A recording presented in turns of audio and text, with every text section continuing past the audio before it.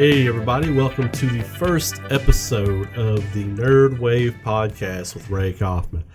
We are going to be talking about lots of different stuff on this show. We'll be talking about some gaming stuff, some animation stuff, like movie stuff from time to time, some general nerdy stuff that, we all like to talk about, we all like to speculate about, we all like to look forward to. This is going to be my way of talking about those things every week. As you all know, I do a lot of YouTube content, but I have so much I want to talk about with you all that I don't have enough hours in the day between working on animation, artwork with people, for people rather, other little side projects, being a full-time husband, full-time father. Trying to get to all the things I want to do is just impossible on YouTube. So with that in mind, I decided, what the hell, go ahead and do a podcast. I tried to do a podcast a few years ago. Logistically, it didn't work out with some of the other people I was wanting to do the podcast with. I didn't want to do a solo thing, but now I'm just like, well, whatever. I'm just going to go ahead and do it. So I want to real quick, the way I want to start each podcast, I want to give a really quick shout out to all of my Patreon subscribers. Those people really make my life easier in a lot of ways, as far as like giving me extra funds in the month to work on projects to make things happen. As you all know, I'm working on a animated pilot for Aurora right now. Each month that goes by that they donate is basically like, it buys me an hour and a half with a voice actor, basically. I break things down like that in my head. So real quick, I want to give a quick shout out to Aaron Hall. Aaron Hall, brother, you are all over it all the time with the support. I appreciate you so much. Sarah Fowler, Brian Titchko, Kenneth Smith, Mesofin1, one of my newest Patreon subscribers. Thank you very much. KY Han, I guess it's supposed to be Kentucky Han. Anon Joe, Jason Bagan, Adam Caldwell. Adam Caldwell, brother, you were my first Patreon subscriber, and you've been in it the whole time. Got Katie Alice, was one of my newer subscribers, so thank you so much. My boy Brian Rodman, Salopin Dweller, Peggy, Mary, James Morski, Amanda Iddings, my boy Mark, Justin Stewart, Daniel Carr, Bryce Oakway, Sean, Daisy Chai, Rodney and Leslie, Brian Sexton, Justin Fox Media, Big Mike T Game, and Eric. Thank you all so much for the love. I appreciate it. It helps me out every month. It helps me and my family. We're very, very fortunate to have such a great base of people supporting us and supporting my creations in my studio. If you want to get in on that every month to get a shout out, I'm going to start doing shout outs to my videos and some other little things to show my love for Patreon subscribers. You can do so at patreon.com/Ray Coffman. I appreciate it. It is a great help around the studio. Speaking of around the studio, some big developments this week. I'm telling you, like the more I work on this Aurora pilot episode and the new chapters of Aurora and things in general, and getting this Volume 2 Kickstarter finally out the door, like so much happening with Aurora right now. But some of the talent I've been able to work with while working on this pilot episode has just been mind-blowing. Mind-blowing. I'm not going to talk openly about any of the people that we've contracted so far as the voice talent, but I will say that I am humbled and shocked, really, at some of the people we've gotten. A lot of it has been just reaching out to people, whether it's a Twitter DM or whether it's looking up people's business information and finding it through different channels. We've got some of the biggest voice actors in the world that are going to be on this pilot, and I am just like in awe every day. When I look at the cast list in front of me and I'm sending people their lines and stuff like that, and I'm contacting agents and things, I'm not saying that to brag, but I say all that to say this. I want to deliver a positive message every time we do one of these podcasts, and I really want to say, you don't know until you try, people. You really don't know until you try. Aaron Hall, who I mentioned in the Patreon shout out there, he was helping me at a show in Louisville, Kentucky last year. And there was a voice actor there that I really wanted to get. And I was like, man, I kept telling him all weekend, I was like, I'm going to go over there and talk to him. I'm going to go over there. I'm going to pitch the character to him. And finally on Sunday, I got my stuff up. I picked my stuff up, and he looks at me. He's like, "You doing it?" I was like, "I'm doing it right now." He goes, "Oh man, go do it." Went and did it. We got it done. It was the first step. I believe it was last November when that show was. November 2019, about 9 months ago. But that was the day that really, I'd been working on the sales and stuff for Aurora, the pilot episode, by myself to that point, but that was the first day where it really was like, okay, the first brick was laid. Like the foundation had been laid, but we started putting the bricks of the house together, and now we've almost got a full house, a fully built house, and it's incredible. Don't ever tell yourself you can't do something. Do it. I'm 40 years old. You know what I mean? Like, I was 40 when I was like, I'm going to go get this guy. It's never too late. It's never too early. And you are enough. Whatever you want to do, you go do it. And don't let anybody tell you you can't do it. Don't let anybody tell you, well, you got to do it this way because this is how people do it. You do it your way and you make it work. And then you make people talk about it. Right? So that's my words of encouragement for today. So whatever you're going through out there today, before we get into the meat of the podcast, I wanted to say you're enough. You're worthy. If there's something you want to do, you do it. You do it. You sink your teeth into it. And you chew it up. Go do your thing. Go do your thing. Do it your way. Fall on your face a bunch of times and get up and keep doing it your way. That's my advice. Anyway, let's get into the podcast.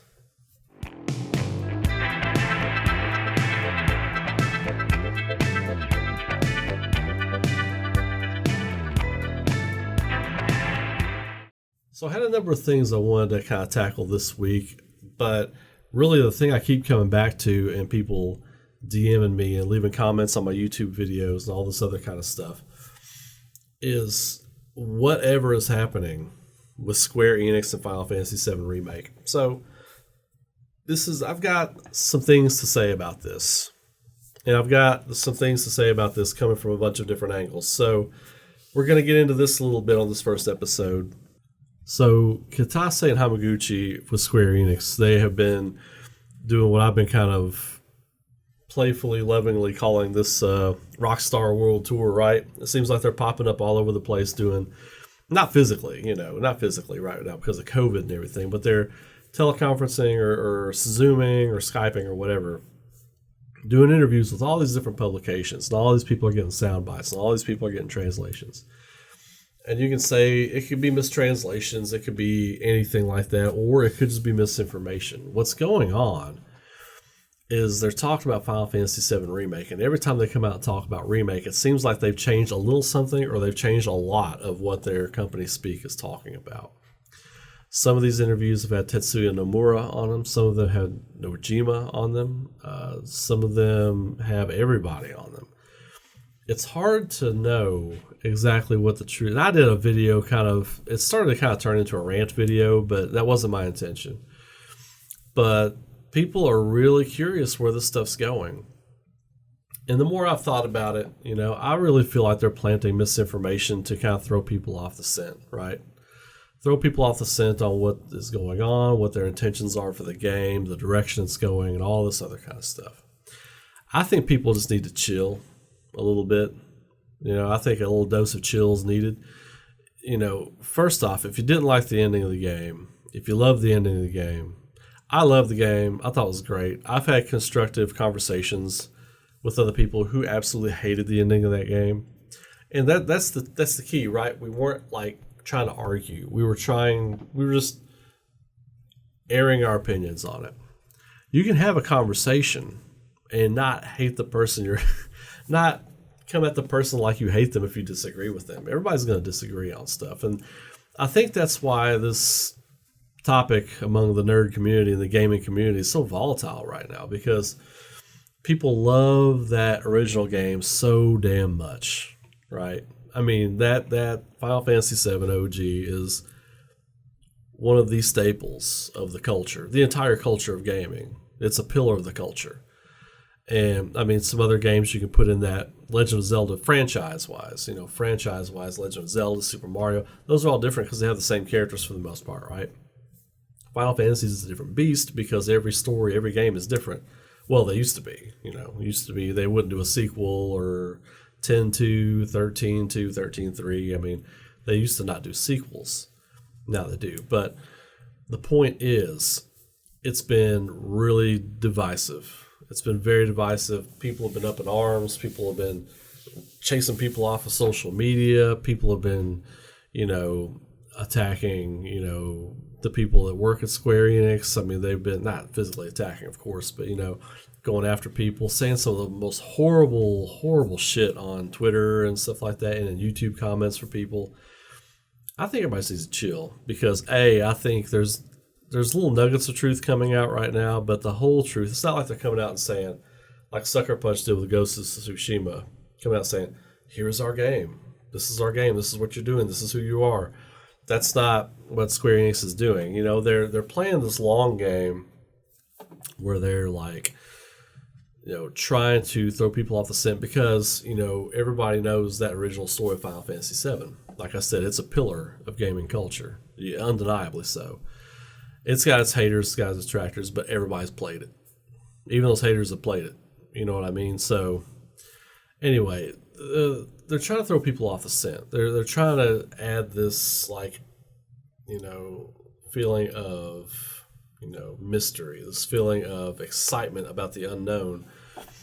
And that's cool to an extent, but do that with the game. Do that with, some short trailers or something like that. Don't come out and just lie to people and play games with people. I think that's where people are getting upset. That's why I got upset when I first thought about it. But then, personally for myself, I got to thinking that,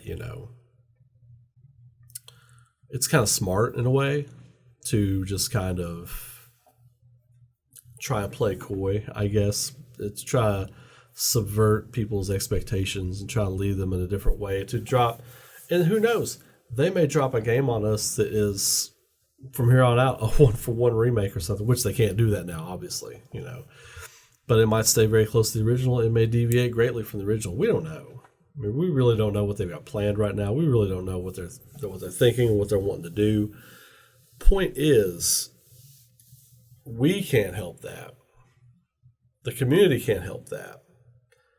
So stop beating the shit out of each other about it. You know what I mean?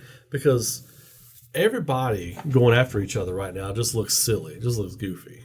You know what I mean? Everybody looks silly. Square Enix, I know they've got people out there really looking at some of this stuff. They've looking at people's theory videos and stuff like that. I know there's people out there listening. I don't know to what extent. But stop tearing each other up. The cool thing about this community, and the reason I love being a part of it, not just gaming, but animation, movies, things like that, is we're all kind of bound together by the stuff that we love, right? We've all got real life problems. We've all got, some people have boyfriend, girlfriend issues. Some people have like marital issues. Some people have like money issues, or some people have all those issues, You don't need to compound those real life issues by destroying the one thing you're supposed to be able to escape to, and that community that you're supposed to be a part of, right? We're supposed to be a place where people can escape those real world problems and clear their minds for a little bit, right? It's supposed to be fun stuff. It's good to be passionate about it. It's great to be passionate about it and defend what you love to some extent. But at the end of the game, this is all fictional entertainment. Or at the end of the day, this is all fictional entertainment. Don't tear somebody down over some piece of fictional entertainment that's supposed to be an escape when they escape into this well and it's filled with snakes. There's no more nice drinking water in there to escape all the rotten water in the town, the real town they're from. No, it's all dry, full of snakes now. We need to treat each other better on that kind of stuff. The Final Fantasy VII Remake stuff for sure. But it's hot. It's a hot topic, and people are up in arms about it because they are so passionate about it. I get it. I totally understand it. But I think we need to treat each other with a bit more decorum, a bit more understanding. And Gary Oldman had a great quote, and you've probably seen the meme where he says, just because I disagree with you doesn't mean I hate you. We need to get back to understanding that as a society. People want to defend so fervently, their points and their stances when really there's nothing, you're not really defending anything. If someone has an opinion, are you defending your opinion against their opinion? They're just sharing an opinion. They're not trying to convert you to their mindset. When I put a theory video out there, if you have a different theory, I'll read through, skim through all the theories, all the comments on my videos, or try to anyway, because like I said, I got a 3-year-old running around. I got to do full-time husband duties. My basement's always leaking. There's always something going on, or I've got a project I'm working on. But I always try to read all of them. And it's good to share those things, share those opinions. People have vastly different opinions than me, and that's cool. I'll talk to them about it. I'll listen, you know. It's cool to listen to other people's points of view, especially for someone like me who's a storyteller. Because I know my point of view is not always right, but it's my point of view, or it's my opinion. My opinion at the end of the day may not be right. My theory videos are probably 99% wrong, but they're fun to do. And the off chance that some of it might be right, you know? And it's not so I can be like, see, gotcha, see, I was right. Now, if I'm right about something, I'll be like, oh, I was right about that. But it's not to wave a finger in somebody's face. You know what I mean? It's not a competition. We're all in this because of our love for this brand of entertainment, for the love, in this specific case, of Final Fantasy VII and its lore. I completely understand why some people hated that ending. I get it. I liked it. I liked it for my reasons. I've talked about those reasons in videos. But I also understand why some people hated it. And that's fine. That's totally cool. They're allowed to hate it. Absolutely. If you want to hate it, hate it. You know, but don't be mad at the people who enjoyed it. And same thing with people who enjoyed it. Don't be mad at the people who hated it. That's their right. That's absolutely their right. But, you know, as far as the stuff going on with Square Enix right now, I think it's all just misdirection, honestly. But I wish they didn't have to do that. I really wish they would just shut up and get to work. You know? Just, you know, don't even do interviews right now. That's the simple thing for this.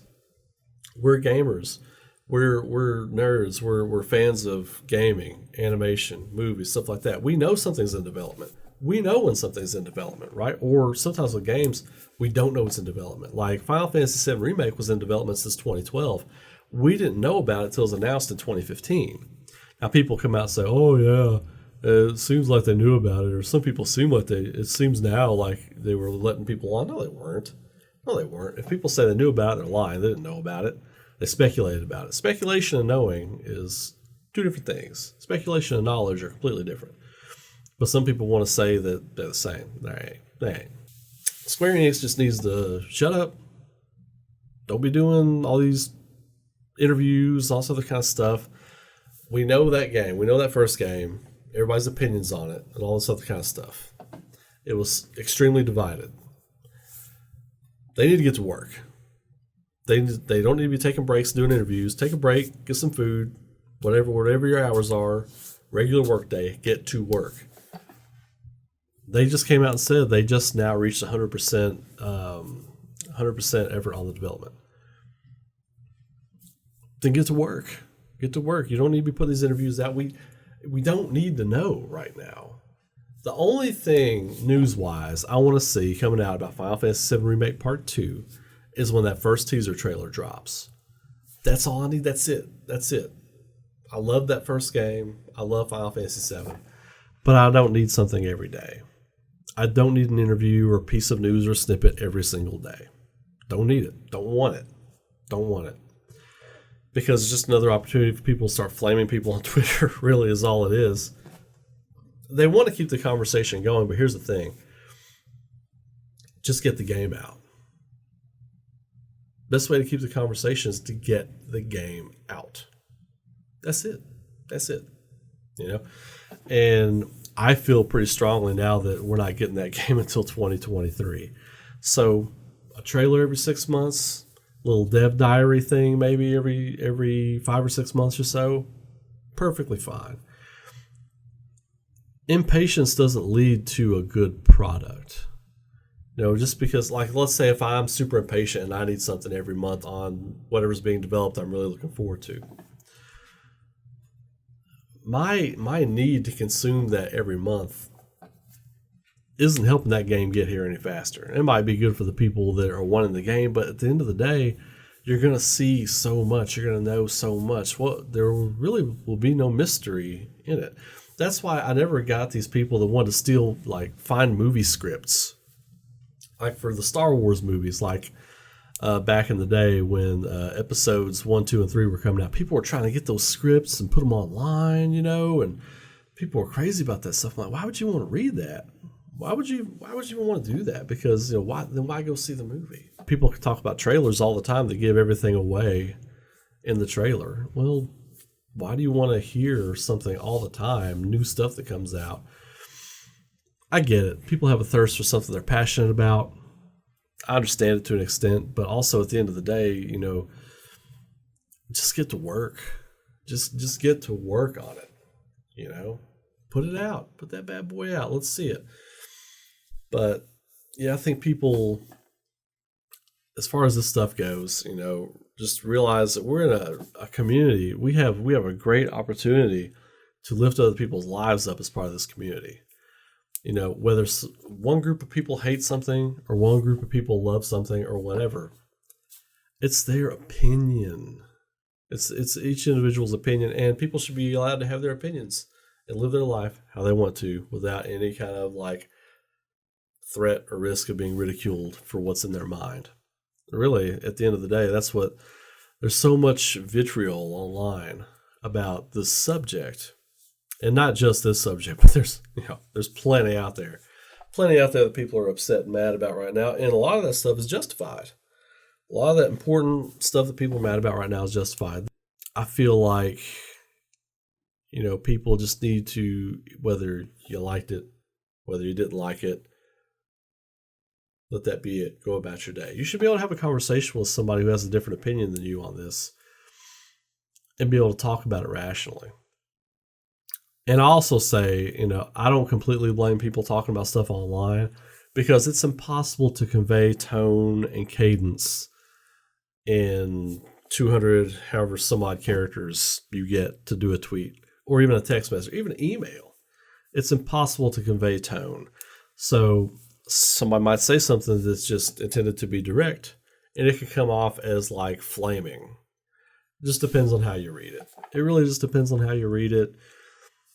My verdict on this is Square Enix needs to stop doing all these interviews. They need to get to work.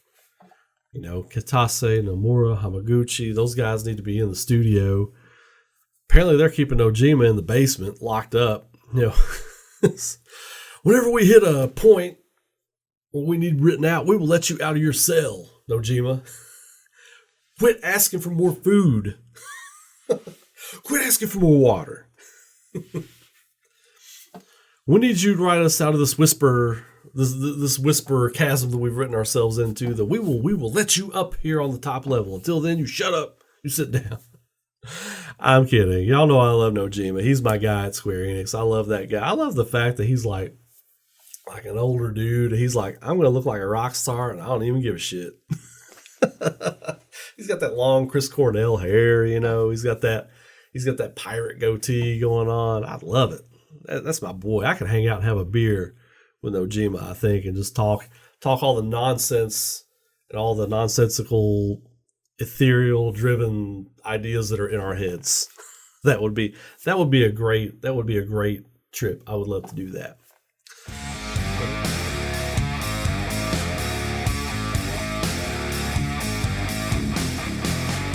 That was my thoughts for this first episode. I do have a little mailbag segment I'm going to do. This is just people that DM me questions and things. I'll pick some of the questions and I'll pick some of the emails and some of the other stuff that people send me on Facebook, on Twitter.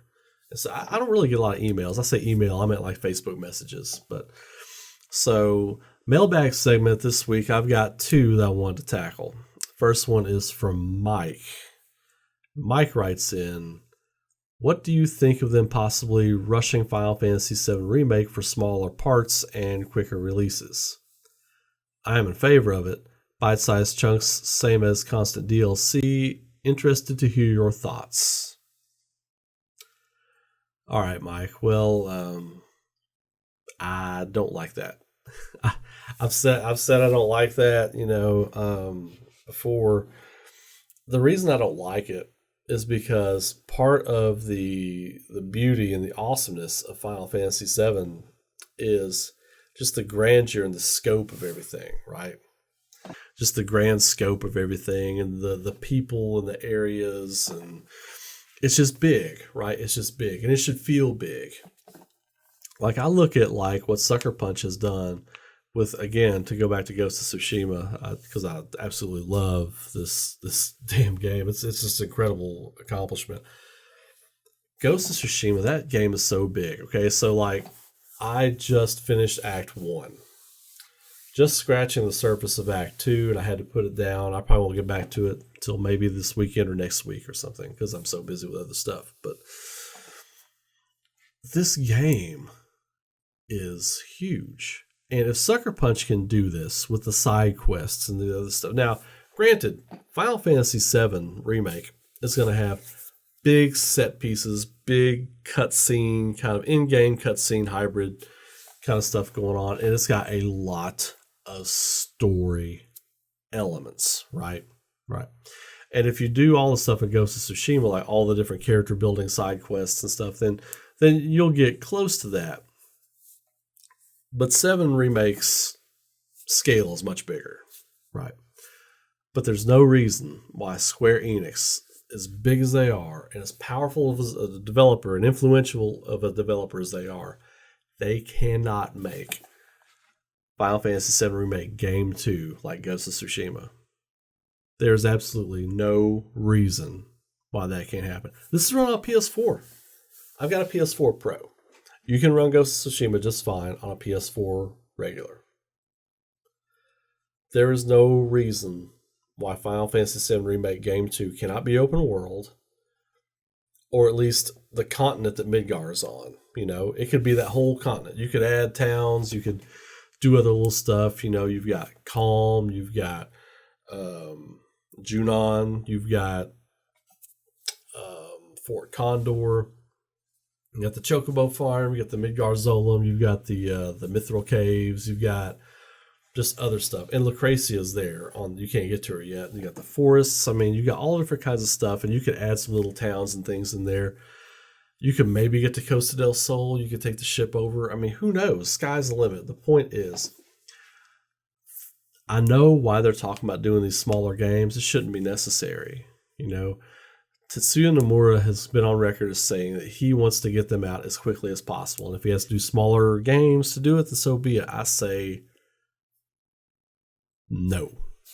I say take your time, take a couple of years, get it right. Apparently, they said they had been developing this game since November, whether it's pre-development. Some reports were saying there was a full development since November. Some reports said, they were pre-visualizing. Some people said they were getting regathering, recalibrating assets and stuff like that. Who knows? We'll never know the truth. Square Enix is one of those companies that they're never going to tell you the whole story, and that's fine. They don't really have to do that anyway. But I think smaller, bite-sized games, I'm not a fan of that. I'm not a fan. It's Final Fantasy, baby. It's Final Fantasy, baby. Let's make it Final Fantasy. It's got to be big. It's big, epic. Each game of Remake, I hope they don't do more than 4, but somebody, I forget who it was the other day in a comment, said that in Japan 4 is one of the unlucky numbers, so they probably won't do 4, but I don't think you can wrap this up in 3 games now. Especially, you still got to introduce Genesis, you still got to introduce what he's about, you still got to introduce so many characters, the other characters for your party you got to bring in. You still got to bring in Sid, Vincent, Yuffie, Keiichi. I mean, there's so much you got to do. You still got to go to Cosmo Canyon, meet Bugenhagen, all this other kind of stuff. That's going to be trippy, right? That's going to be trippy. So, yeah. Keep it big. Keep it big, baby. Next is Christina. She writes in, I'm a huge Dark Souls fan, and I absolutely loved Bloodborne. You ain't the only one, girl. However, with so many new titles and remasters coming out, possibly seeing Final Fantasy XVI pop up as well as the subsequent Final Fantasy VII Remake games, which game not being talked about right now as a possible big surprise do you think would cause people to get the most hype? Love your channel. Well, thank you, Christina. I appreciate that. Final Fantasy 16 popping up would be dope. But I think you already answered your own question, really. I mean, as far as like what game people aren't talking about right now that will cause the most hype among people, just drop that trailer. Bloodborne 2 is the answer to that question. Is Bloodborne 2 the answer to that question? Bloodborne, the original, the first Bloodborne, I think it was the first year PS4 was out. Just absolutely phenomenal game. Every way, still holds up, still fun as hell. I'll still pop it in from time to time, give it a play. Problem is, if it's in development, it's in the very early stages of development, I would assume, because From Software is currently working on Elden Ring with George R.R. Martin.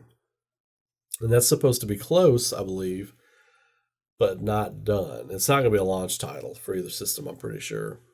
I think the launch title list is already out. I don't think Elden Ring is one of those. But Elden Ring looks cool too, though, man. Like that, the concept of that. From Software, this amazing developer From Software, Sekiro, the GOTY of 2019, right? And they're working on a game with George R.R. Martin. I don't think this could be anything but great. Maybe even phenomenal. So, thank you all for writing in. Thank you all for listening to my first podcast. I appreciate it. I'll be making notes over the weekend on how we can do this bigger and better, and every week streamline it, improve it. And if you all have suggestions, hit me up on Twitter, on my Facebook fan page, or on YouTube comments on this video even. Let me know how we can get better, how we can grow. I really like doing this, and I wanted to do a video about the Final Fantasy VII Remake dev thing, and a couple different videos about it. But I was like, what? Let's just talk about it. So anyway, that's the first episode. I thank you all for listening so much. It means a lot to me. The growth of the channel means a lot to me. And you all support my projects and other things mean a lot to me. Don't forget, you can go to patreon.com/Ray Coffman. For $1 a month, you can sign up. That's less than half the price of a restaurant soda. Those are bad for you anyway. My stuff's way better for you than a soda. So you can head over there. You can sign up for $1, and you can start messaging me. Anybody on Patreon who messages me something for the mailbag will get your question read in the podcast every week. Guaranteed. So anyway, y'all have a great day. Y'all know how we do it. Keep rocking. Keep rocking, baby. I was going to call this the Keep Rocking Podcast with Ray Coffman, but then I figured people think it's like a heavy metal or a rock and roll podcast. It would be pissed when I was talking about Final Fantasy the whole time. Like, what the hell is this guy doing? But no. So thank you all so much. Keep rocking. Have a great night. Stay safe out there and treat others how you would like to be treated. It is very simple. Y'all take care, and I'll see you next time.